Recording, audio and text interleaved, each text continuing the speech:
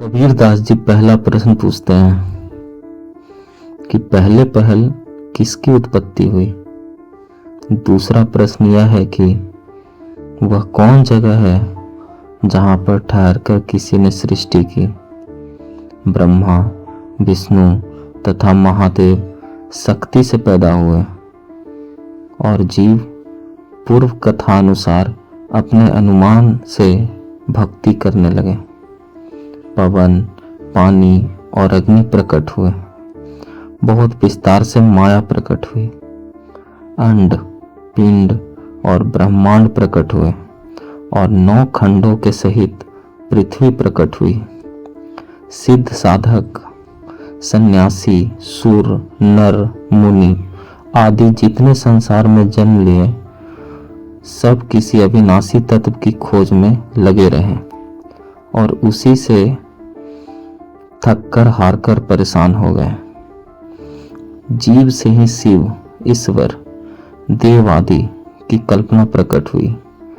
पीछे वो कल्पित पदार्थ ही स्वामी बन बैठे और कल्पना करता जीव उनके दास बन गए। कबीर साहब कहते हैं कि मैं और कुछ नहीं जानता, मुझे केवल उस आत्म स्वरूप का ही आशा भरोसा है जिसका नाम राम है, अर्थात मेरा निरंतर विश्राम स्वस्वरूप राम में ही है। ऋषियों तथा ब्रह्मादि गुरुओं ने वेद रचना के प्रथम आरंभ में संसार पर विचार किया और वे जगत रचयिता कर्ता का गुणगान करने लगे। गुरुओं ने जीवों को कर्मकांड के जाल में फंसाकर उन्हें उन्मत्त कर दिया और भक्ति की माया में बलपूर्वक बांध दिया अथवा भक्ति की माया में शक्तिमान जीव को बांध दिया। इन संप्रदायों की वाणियाँ अद्भुत रूप है। इन्हें सुनकर मनुष्य के मन में विरह उत्पन्न हुआ। वे उस कल्पित धारणा के लिए प्रार्थना करने लगे, चाहे कोई गुणी हो चाहे अनगुणी, चाहे कोई विद्वान हो चाहे अविद्वान। वे कथित सृजनहार के गीत का अर्थ नहीं समझ सके। अधिकतम लोग इस मन के भुलावे को नहीं समझ सके। जिन्होंने इस माया को पहचान लिया उसका मन निर्मल हो गया और जो बेपारखी रहे वे मोह माया की आग में पतिंगे के समान जलकर नष्ट हो गए। हे पगले, परखो, बिना परख किए वाणी को क्या गाते हो। तुम वाणी जाल की परख नहीं कर सके। जगत के आदि अंत तथा उत्पत्ति प्रलय की बातें तो तुम अपने आप ही कल्पना करके कह डाली है। युगों की बातें कहाँ तक कहूँ।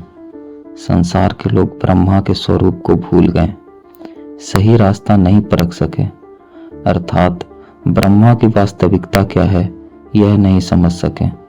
विष्णु, महादेव तथा ब्रह्मा के मन में भी यही बात अच्छी लगी और वे ओम, सोम आदि 2 अक्षर मिलाकर ब्रह्मा की व्याख्या करने तथा संसार सागर से तरने का उपाय बताएं। इस प्रकार ब्रह्मा को व्याख्यातित करने के लिए 2 अक्षरों की पारिपाटी बनाई और अनाहत नाद श्रवण तथा ज्योति दर्शन को ब्रह्मा का प्रामाणिक साक्षात्कार मान लिया। शास्त्रों को पढ़कर गुनकर संप्रदाय चलाए गए और सनक, सनद नादी को भी ये मार्ग अच्छे लगे। वेदों और किताबों का बहुत विस्तार हुआ। इन अगम अपार वाणियों एवं शब्द जाल में मनुष्यों का मन बिखर कर उलझ गया। भक्तों ने चारों युग में भक्ति मार्ग की योजनाएं बनाई है। उनकी समझ में यह बात नहीं आई कि हमारे ऊपर भ्रम की मोटरी फट चुकी है। संसार के मनुष्य भयभीत होकर 10 दिशाओं में भटकते हैं। न वे स्थिर होते हैं और न उन्हें बोध एवं शक्ति रूप औषध मिलती है। यदि मनुष्य अपने मन को चंचल न करे तो उनको तत्काल स्वर्ग का सुख प्राप्त हो, परंतु मन तो अपने चेतन देव प्रभु को छोड़कर विषय वासना रूपी नरक में दौड़ता है। हंस की स्थिति ज्ञान परक दशा में है। यह तत्व सबके पास है, परंतु इसका रहस्य कोई बिरला समझता है।